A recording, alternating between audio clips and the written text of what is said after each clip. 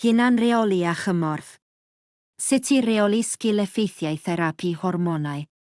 Bydd y fideo hwn yn sôn am reoli'r sgil-effeithiau y gallech chi profi yn dilyn therapi hormonau ar gyfer canser y prostad. Sut mae therapi hormonau yn gweithio? Mae therapi hormonau yn gweithio naill ai drwy atal eich corff rhag cynhyrchu testosteron, neu drwy atal testosteron rhag cyrraedd y celloedd canser. Gall hyn helpu i gyfyngu ar y canser. Fel arfer mae angen testosteron ar gelloedd canser y prostad i dyfu. Mae testosteron yn hormon sy'n rheoli sut mae'r prostad yn tyfu ac yn datblygu.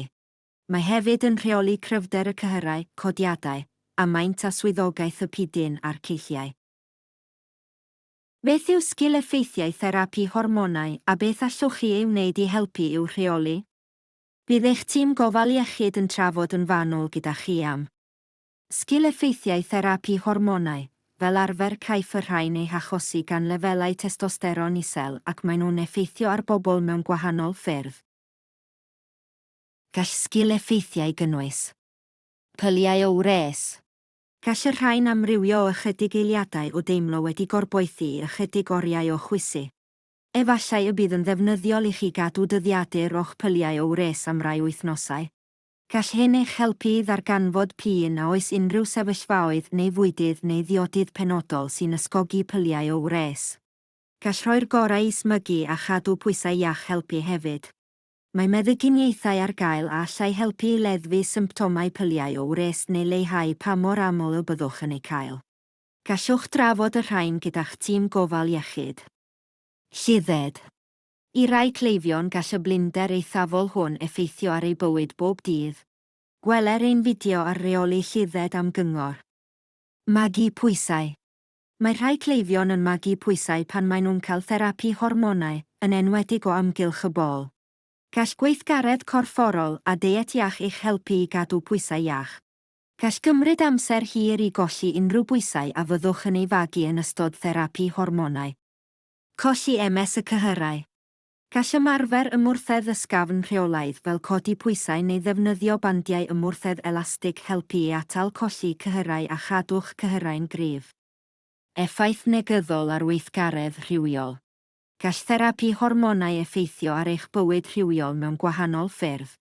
Gweler ein fideo ar reoli anhawster cael neu gynnal codiad i gael gwybodaeth a chyngor. Chwydd neu dynerwch y fron. Siaradwch a'ch tîm gofal iechyd am opsiynau i leihau eich risg o chwyddo a thynerwch neu i gael help i'w drin. Colli gwallt corff. Mae testosteron yn chwarae rhan mewn twf gwallt. Felly wrth leihau eich lefelau testosteron efallai y byddwch yn colli rhywfaint ohono. Dylai'r gwallt dyfu nôl os byddwch chi'n rhoi'r gorau i therapi hormonau. Teneo esgyrn. Gall therapi hormonau hirdymor wanhau eich esgyrn. Gall newidiadau eich ffordd o fyw fel bod yn fwy heini a newidiadau eich diet helpu i leihau eich risg o'r esgyrn yn teneo. Gallai gweithgarwch corfforol rheolaidd helpu eich cadw'n gref ac atal cwympiadau a allai achosi esgyrn dorri. Newidiadau mewn hwyliau.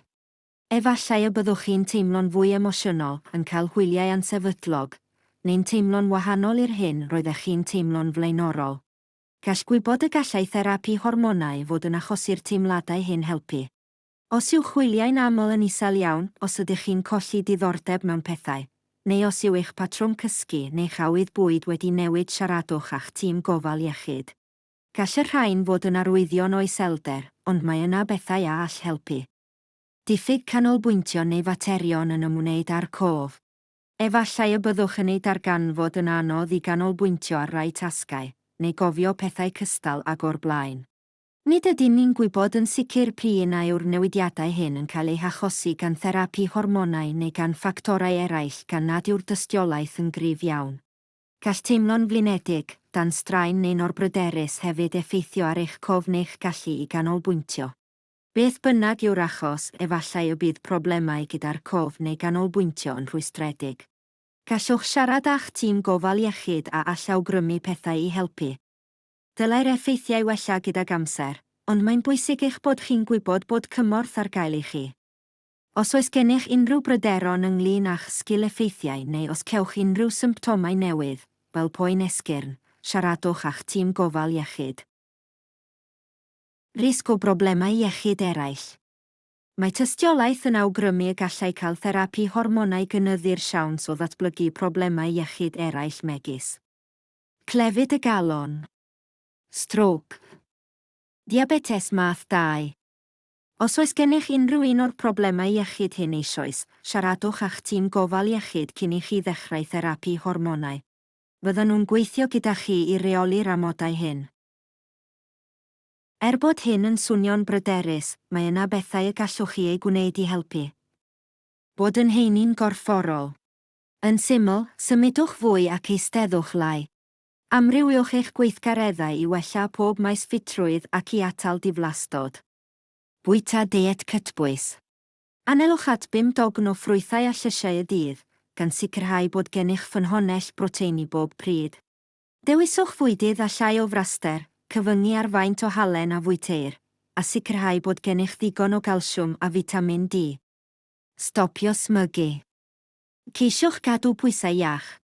Os ydych chi'n magu pwysau, ystyriwch sut y gallech chi wneud newidiadau bach mwyn bwyta'n iachach. Os ydych chi'n colli pwysau, ceisiwch fwyta ychydig ac yn amo. Yfed llai o alcohol. Gofalwch am eich llesiant. Cymorth pellach. Os hoffech drafod agweddau ar y fideo hwn, neu os oes gennych bryderon, cysylltwch a'ch tîm gofal iechyd. Gellir dod o hyd i ddolenni defnyddiol yn eich llawlyfr hefyd. Diolch.